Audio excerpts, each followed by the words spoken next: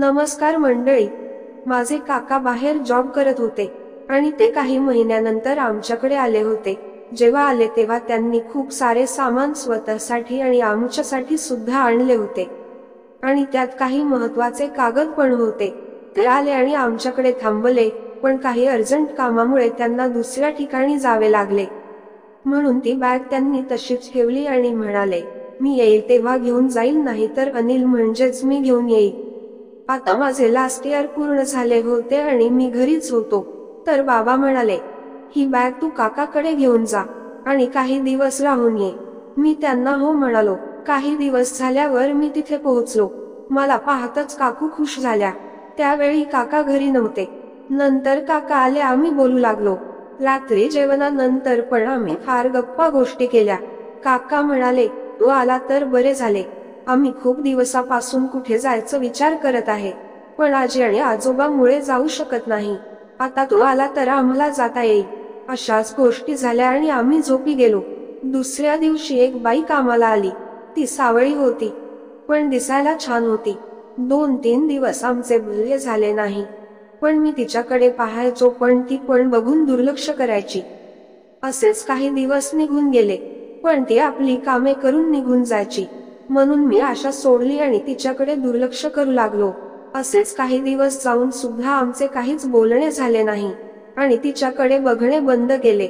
मग एक दिवस ती सकाळी आली तेव्हा तिची नजर पण माझ्याकडे दिसत होती, पण मी आता दुर्लक्ष करत होतो, कारण मला पण बघायचे होते तिच्या मनात काय सुरू आहे म्हणून. एक दिवस तिचे आणि माझे बोलणे झाले.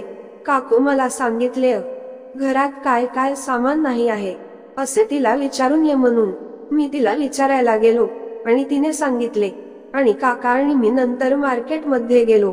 येताना मी समोसे आणले होते, तर मी तिच्यासाठी पण घेऊन गेलो. आधी ती नाही म्हणाली, मग तिला बोलल्यावर समोसा घेऊन खाऊ लागली आणि इथून पुढे आमचे बोलणे सुरू झाले आणि आम्ही वेळ मिळाला की बोलत होतो आणि बोलता बोलता अनेक गोष्टी होऊ लागल्या. मला तर काही दिवसानंतरच ती मनात बसली होती. आता आम्ही बोलून काही दिवस होऊन गेले होते. मी तिला एक दिवस तिच्या घरच्या बद्दल विचारले, तर म्हणाली, नवऱ्याला दारूचे व्यसन आहे आणि तो मजुरीचे काम करतो. कधी कधी 2-3 दिवस बाहेरच असतो आणि कधी पैसे देतो तर कधी काहीच देत नाही. तिच्या बोलण्यावरून अनेक गोष्टी समोर आल्या होत्या. त्यानंतर आम्ही फार मनमोकळ्यापणाने बोलत होतो. आता असे म्हणायला हरकत नाही की थोडे जवळ पण आले होतो, कारण ती पण माझ्या जवळ जवळ राहू लागली. माझ्याशी फार चांगल्या प्रकारे बोलू लागली आणि माझ्या सर्व गोष्टींची काळजी घेऊ लागली.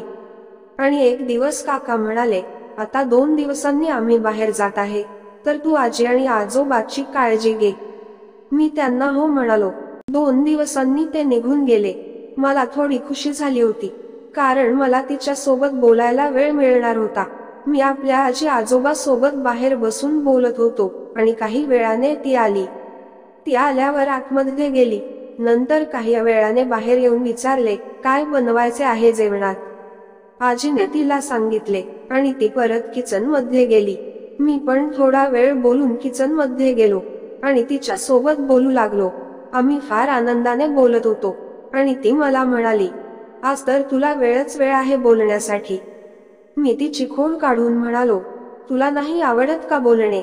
तर हसत म्हणाली, आवडले नसते तर आपण आता बोलत असतो का. असेच आमचे बोलणे सुरू होते, पण आता आमचे वागणे फारच वेगळे झाले होते. आम्ही अगदी जवळ आणि बोलू लागलो आणि फार गमती करू लागलो. असेच 2 दिवस निघून गेले. एक दिवस आजी म्हणाली, आम्ही कार्यक्रम असल्यामुळे दोघेही जात आहे.